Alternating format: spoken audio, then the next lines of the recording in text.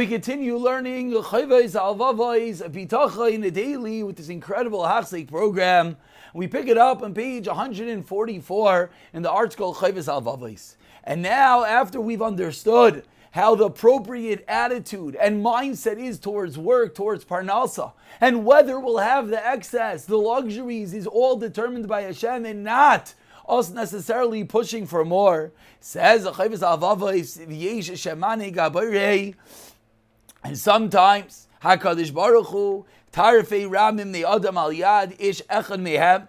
Hashem channels the money, the parnasa, the livelihood of many people through the hand of one of them. Meaning, one person makes a lot of money, and then he's able to support others. But the money he makes, that excess, is not for you to spend on luxuries. You did what you had to do. You listened, then you had the appropriate ishtadlus, and you had the right bitachon, and then you got more. She said, oh, great. Extra money? Let me go blow it. No, Hashem gave it to you to help others. Lahavchin. It's a test. It's a bechina. Whether you're going to serve Hashem with that money, or whether you're going to rebel against Hashem with that money. The Yosim Ezem in Asibois, and in fact, this Hashem makes this person the Hachazakoi Shebesibos Anisayon V'Asasasai Lai. Is one of the most challenging and tempting ways that Hashem tests us. Quite a nisayon that we finally have that money. One thinks, I finally made it. But it's a test. What are you going to do with that money? Are you going to use it for Avodas Elokim? Or are you going to use it for the opposite? And says, what is this similar to? A person that gets this wealth is like a person, like a king, who provides for his soldiers. He provides for his servants. And so too the ministers. The royal officials and the governors.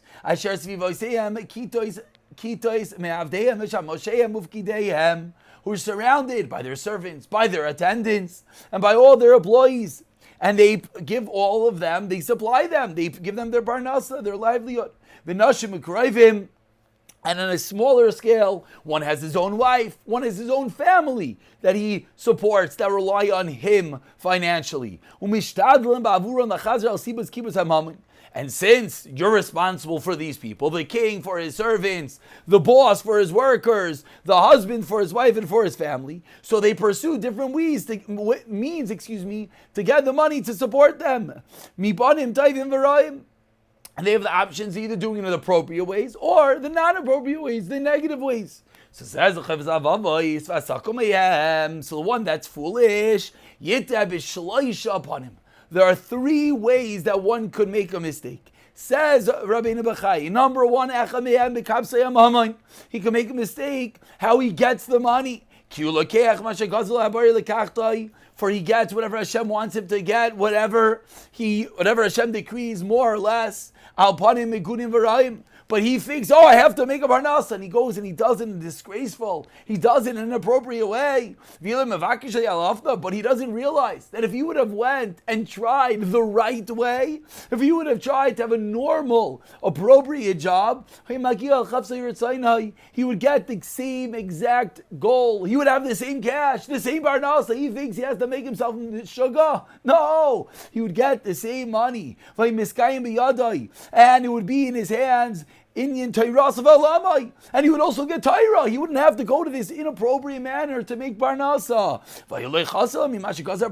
He would be lacking nothing. So he thinks, I got to get money, I have to support everyone. And he goes and does it in an inappropriate, a negative, an illegal manner. He thinks he's gaining. He's such a fool. He'd be able to get the exact same thing in the appropriate manner. Mistake number two. The second mistake is that he thinks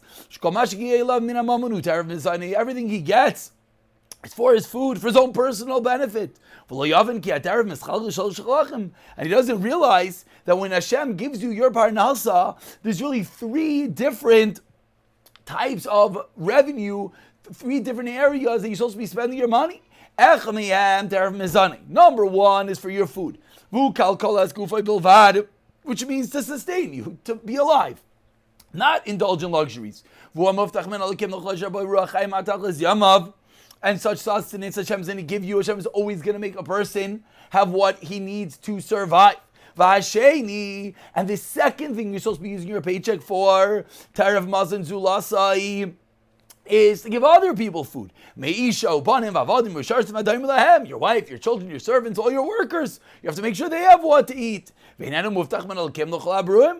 the income is not guaranteed by Hashem for everyone in the world. Ella l'sgula mehem, but only to those who are privileged. B'tanayim yuchadim, specific conditions. Not every person is going to have enough money to support others, meaning some people just have money for themselves. You have more money than for yourself. That means Hashem gave you that money to support others. And even for those who have the money, this is sometimes you have it and sometimes you don't. It's not your whole life you're going to have enough money for everyone else. But as is dictated by Hashem's kindness, his rachmanos, and his din, his judgment. And that's the second way one has to use his money. And then we'll stop over here. Tomorrow we'll continue with the third avenue that one is supposed to use his money, and unfortunately the areas that people stumble.